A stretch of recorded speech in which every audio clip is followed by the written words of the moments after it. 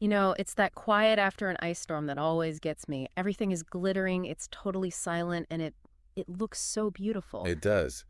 But that silence is, well, it's really the sound of the power grid losing a brutal fight. And if the power's out, the grid is basically just sitting there waiting for someone to come and decode the evidence. Yeah, exactly. So that's our mission today. We're going to dive into the physics of why the lights go out using some technical manuals on ice shedding and these things called fault passage indicators. Oh, so you can actually read the power lines next time you're out. And it all starts with just the sheer weight of it all. I think most people just assume the lines snap because they get heavy. Well, yes, but the numbers are staggering. I saw a stat in one of the utility reports that just blew my mind. A half inch of ice can add 500 pounds of weight to a single span of wire. 500 pounds. It's like hanging a vending machine from the line. Right. So that explains why you see the big stuff like cross arms snap clean off. Or whole poles just leaning or sinking. But honestly, the static weight is almost the boring part. The real chaos, it happens because the ice messes with the aerodynamics of the wire. This is that galloping phenomenon, right? I had never realized that ice doesn't freeze in a perfect circle, No, almost never. It forms more of a teardrop shape. which basically turns a round wire into a crude airplane wing. Exactly. And once you have a wing, you get lift. The wind hits it, and the line isn't just swaying anymore. It is violently oscillating. It's galloping. And then the most dangerous part is actually the thaw. Oh, yeah. Ice shedding. So it's like a rubber band effect? That's a perfect way to put it.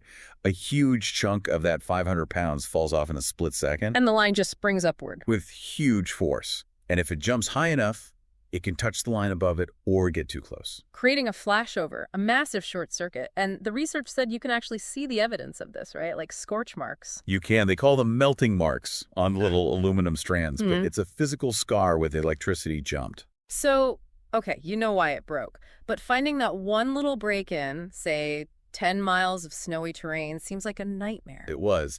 The old way was literally called walking the line. Meaning crews would just trudge through the snow for 6, maybe 10 hours, just looking up. Inefficient, dangerous, all of it.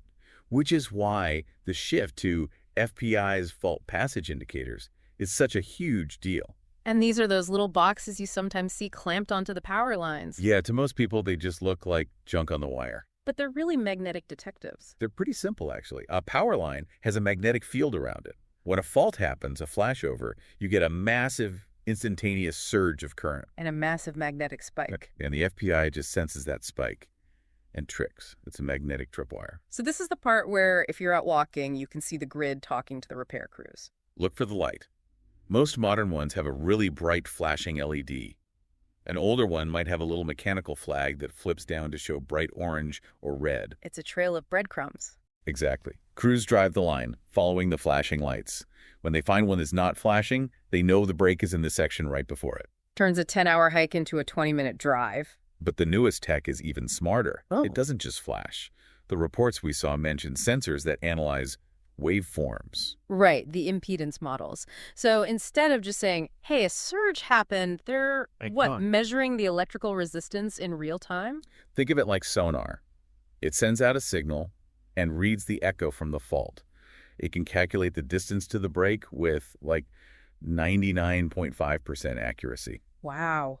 And it can tell the difference between a permanent break and what they called a transient event. Yeah, like is a tree branch just momentarily hitting the line or the line actually down on the ground? That's a huge distinction for a dispatcher. It changes everything. The repair goes from a brute force hunt to a data analysis problem. It really changes how you think about a blackout. It's not just a switch being off. It's this whole sequence. An aerodynamic wing, a violent gallop, a scorch mark. And then a little magnetic signal flashing in the dark to guide the way home. And as those sensors get better, it does make you wonder if the grid can feel the aerodynamic drag from the ice building up. Could it predict the failure before the line even snaps? Exactly. Something to think about the next time you see those little boxes on the line. Stay warm out there.